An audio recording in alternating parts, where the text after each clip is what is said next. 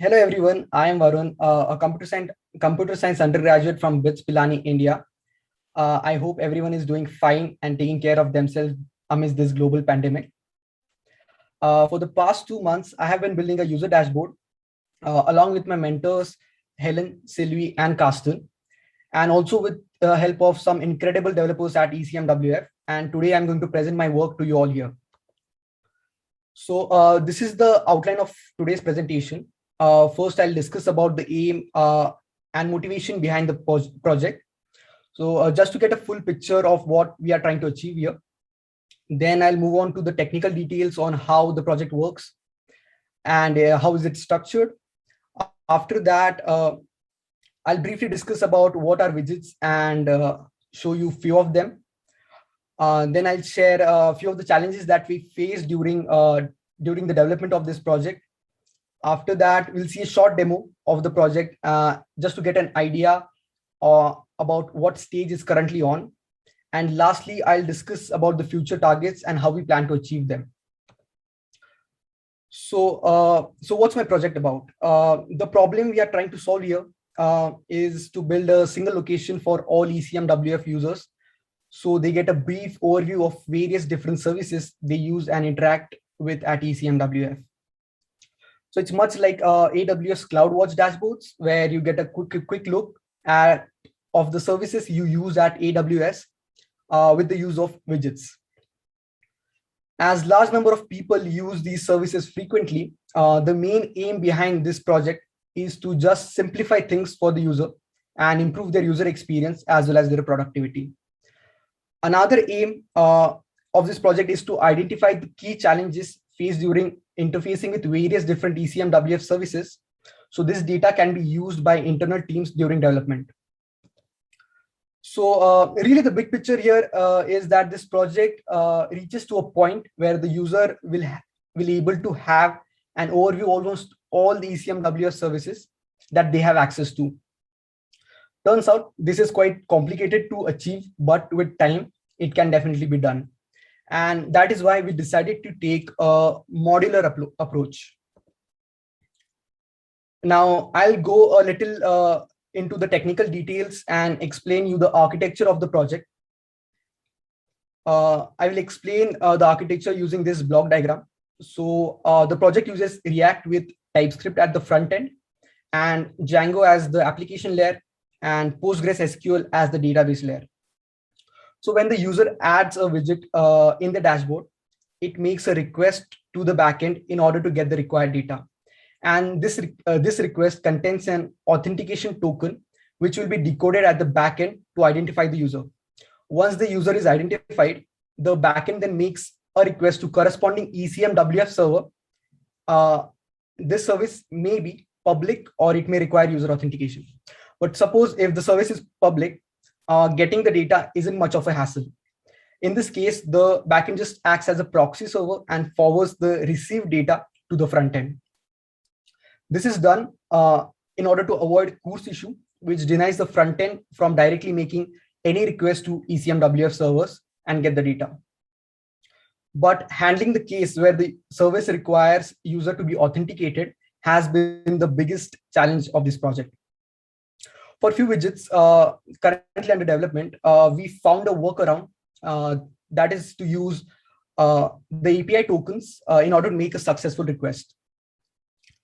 Once the backend makes a successful request, it does some processing and sends the data to the front end in the desired format. The interaction between the front end and the backend occurs through REST APIs, and for this we use Django REST framework. The database here currently holds information about the user, access token, and dashboard layouts and this state. So let's briefly talk about widgets and their role in this project. So what's a widget? Widget is basically a window of information that may be related to some service at ECMWF, or it can be standalone. So by now we have completed these following widgets, and as more widgets are built, we find a pattern to make them more uniform across, as well as extend them with different functionalities to improve user experience. There are widgets that are currently under development and many more are planned. many more are planned. Every week, I, along with my mentors, take on a widget to implement, check its feasibility and challenges that may come. Then we see how those challenges can be solved, or if anything can be built internally to make it easier to build the widget. Recently, we decided to build a mass API widget, and a custom API was built internally so that my application could access the required data easily and display it in a widget. There have been fair amount of challenges while building this project and getting it to this point. Some have been solved. For some, we created a temporary workaround, and some still exist.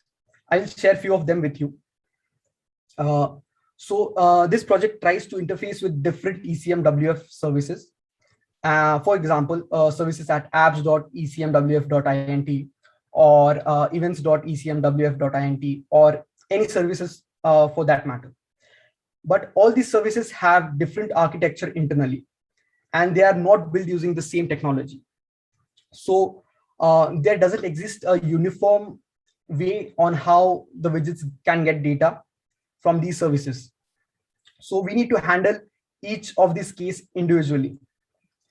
Some widgets which can access public data theoretically can make a direct request to ECMWF servers and get the data. But CORS prevents this from happening. Hence, the request needs to be rerouted from a proxy server, which in our case is routed from the backend. This does cause some undesired code duplication as well as delays. Also, ECMWF services were not built to be accessed by third-party services. So this project currently in its development phase basically acts as a third-party service trying to access data from ECMWF servers. So we need to find some workarounds or create custom endpoints for these services internally, which can then be used by user dashboard application to access the data. Initially, the application didn't have any login system or user session system, as we thought at some point this application may be able to share the common authentication system which all ECMWF services have. But it turns out the user actually needs to visit the service before they remain authenticated for the specific service. And even then, the session cookies are not shared, as the application is basically a third-party service.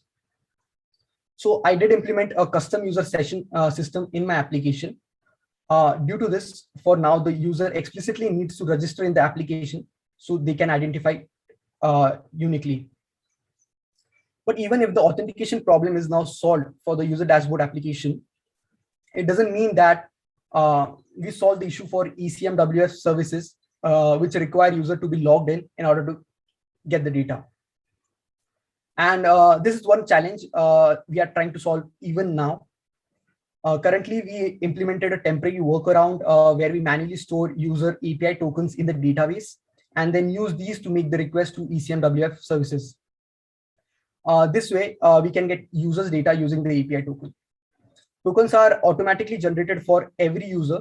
So to some extent, this technique does work. But with all this workaround comes the issue of security. We want to securely store the user tokens and not somehow expose them to the front end or somewhere where others can find them. Despite multiple challenges, we have made progress. Let me share with you a short demo video that I prepared to showcase the widgets and the user dashboard. So we have an idea at which stage the project is. So first, we'll look at the chart widget, which you can add by going to the chart browser and just selecting any chart you want. And once you add a chart, you can move it, shift it, resize it, arrange it the way you want it. And then you can minimize the title bar, you can expand it, you can look at different times, and you can also look at the labels, and then you can get a quick information about the chart. And you can as well also go full screen to analyze the chart more closely. Now let's look at another widget. Let's look at events widget, which can be added through this menu. And once added, you can again move it, resize it, You can arrange it however you like it. And the loading screen you see here is the widget requesting the data from the backend. And once the data is received, it will show you the events, and you can resize it to your liking. So I'm just extending it till here. And then you can view the events. And if you want more information about the events, you can click on the link and it will take you to the events page, which will show you more information about the event. And you can also, I guess, register here. Now let's look at service status widget, which will show you the status of different services at ECMWF. And you can get more information about them if they are down or something. So it will take you to this page. And now let's look at satellite alerts widget, which will warn you if any warnings are present. It will be highlighted in reds, which you can further inspect the instruments by clicking on the name. And again, by the way, you can always remove the widget and add it right back. You can also move it like any other widget. Let's now look at the text widget, which you can also see how resizing and adding widget can affect your layouts. So you can use this widget to add any note or ideas you have. It supports rich text editing, so you can bold it, underline it, and it will stay persisted in your dashboard. So let's add another chart. So the dashboard looks the way I want it. So you can again add a chart from the chart browser. Let's select some random chart, and you can resize it as it's loading. And so this way you can create a dashboard to your liking using the widgets which are important to you.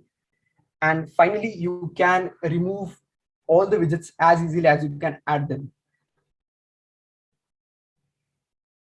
So yeah, so that's a short demo of what we have achieved till now. It is still work in progress, but slowly as it comes together, will provide a seamless experience to all the users. So what's next? Our first target will always be to build more useful widgets for the users. We have plans for many widgets, but it all depends on their feasibility. Our second target is to make application more uniform and intuitive for the users, improve the speed, and generally make it pleasant to use to enhance the user experience. Then we still need to overcome certain challenges regarding authentication and security. Finally, the end target of this is to complete the application with proper documentation and test and write a Docker file for its containerization.